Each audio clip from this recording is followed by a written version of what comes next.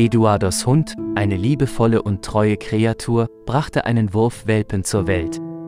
Alles schien gut zu sein, bis ein kleiner Welpe mit einer ungewöhnlichen Anomalie auf die Welt kam.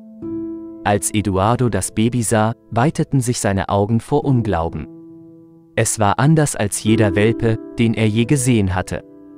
Die anderen Welpen wurden normal geboren, aber dieser hatte einen kleinen, rüsselartigen Anhang an seinem Gesicht. Zuerst dachte Eduardo das Schlimmste und nahm an, dass der eigenartig aussehende Welpe leblos war. Sein Herz sank, aber dann kam ein leises Wimmern vom kleinen Wesen. Es war am Leben, kämpfte ums Überleben.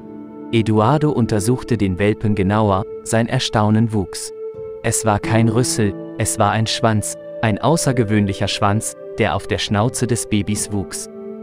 Diese eigenartige Eigenschaft stellte jedoch eine große Herausforderung dar. Der Welpe konnte nicht richtig Milch saugen, was es für das Junge schwer machte, sich selbst zu ernähren.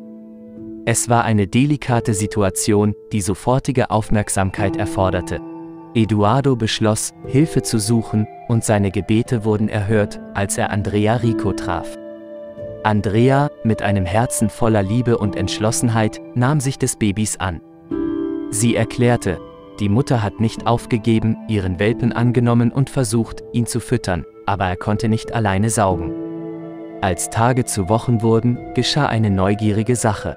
Einer von Andreas jungen Söhnen, als er den Welpen betrachtete, machte eine verspielte Beobachtung. Er bemerkte, dass der Welpe Dobby ähnelte, einem Charakter aus der beliebten Harry Potter-Saga.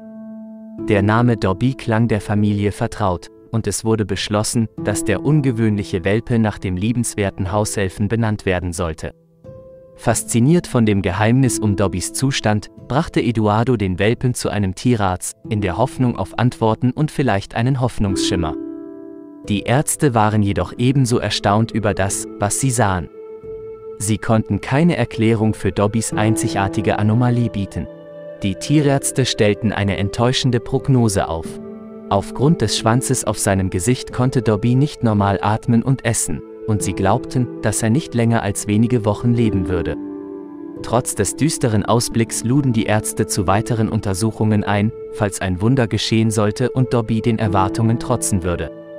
Die kleine Gemeinschaft stand hinter dem ungewöhnlichen Welpen, bot ihre Unterstützung und Gebete an, in der Hoffnung, dass dieser kleine Kämpfer die gegen ihn gestapelten Chancen überwinden könnte.